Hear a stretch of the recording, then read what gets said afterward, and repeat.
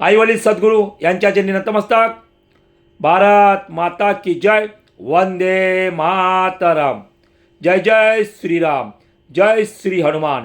जय शनिदेव. जय भवानी. जय जिजाऊ. जय शहाजीराजे. जय शिवराय. जय धर्मवीर शंभूराजे. सकल हिंदवी स्वराज्य सेनेच्या वतीने अजून काही हिंदू सर्व धर्म समभावाच्या जात अडकलेले आहेत. पण तुम्हाला माहिती असेल की बांगलादेशमध्ये आपल्या धर्मबंधूला जिवंत जाळण्यात आलं. मॉस ब्लिचिंग केली आणि जिवंत जाळण्यात आलं. लक्षात ठेवा. तरी काही सोशल मीडियावर ज्यांच्या बुद्धी भ्रष्ट आहेत त्याने सांगितलं की हा हिंदू मुस्लिम वाद नसून हा मानवतेचा वाद आहे. अरे तुमची बुद्धी सडलेली असेल. हा हिंदू मुस्लिमच आहे आणि हिंदू होता म्हणूनच त्याला जाळण्यात आलं, ते पण जिवंत.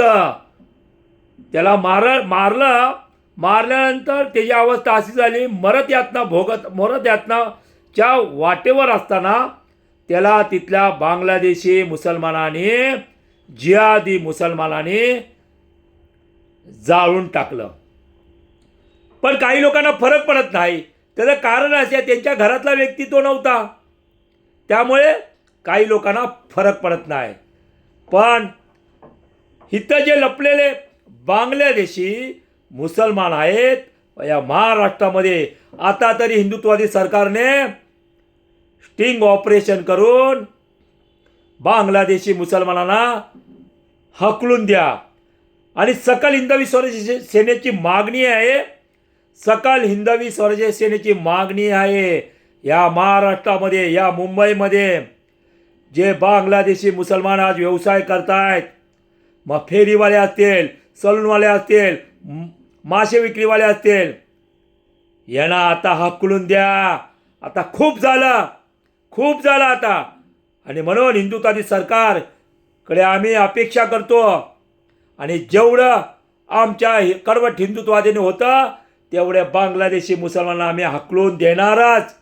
आम्ही शांत बसणार नाही. कारण नेपाळ हे हिंदू राष्ट्र आहे. नेपाळ या हिंदू राष्ट्रामध्ये याचा उठाव झालेला आहे. आपल्या धर्मबंधूला जाळून मारल्यानंतर नेपाळचे माझे हिंदू बांधव, सकल हिंदू समाज हा रस्त्यावर येऊन ममता बॅनर्जी यांचा निषेध करते. कारण तुम्हाला माहिती आहे की ना, मला माहिती नाही, पण ममता बॅनर्जीला फक्त मुस्लिम वोट बँक पाहिजे. तिला हिंदूंशी काही घेणं देणं नाही. आणि अनेक वेळा तुम्ही बघितलं असाल ममता बॅनर्जी यांच्या तोंडातून विषारी शब्द बाहेर पडतात. पण भारत देशच नसता, हिंदू राष्ट्रच नसता, तर बांगलादेश कुठून आला असता? म्हणून आता तरी माझ्या सकल हिंदू समाजातल्या काही जे अडकलेत सर्व धर्म समभाव याने आता तरी जागे व्हा. आता ही वेळ तुमच्या घरापर्यंत पडेल. जिथं हे कमी आहेत तिथे दबून राहतात, जिथे हे जास्त आहे जिहादी लांडे तिकडं त्यांचा उन्माद तुम्हाला माहिती आहे कसा असतो. मला वेगळं सांगायचं कारण नाही. म्हणून आता बांगलादेशी मुसलमान जिथं असतील त्यांना शोधून काढा आणि त्यांची रवानगी या बांगलादेशमध्ये करा, हकलून लावा. काही भ्रष्ट पोलीस, जेव्हा आम्ही 20-25 बांगलादेशी मुसलमान पोलिसांच्या ताब्यात दिल्यानंतर काही भ्रष्ट पोलीस तातूरमातूर 2 बांगलादेशीवर कारवाई करतात आणि 20 जणांना सोडून देतात.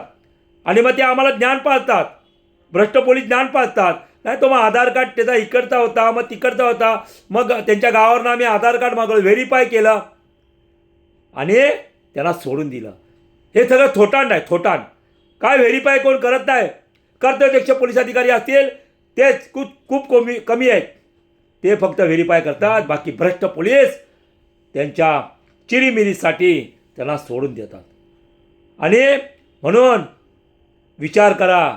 आता विचार करण्याची वेळ आलेली आहे. जय श्रीराम. जय हिंदू राष्ट्र.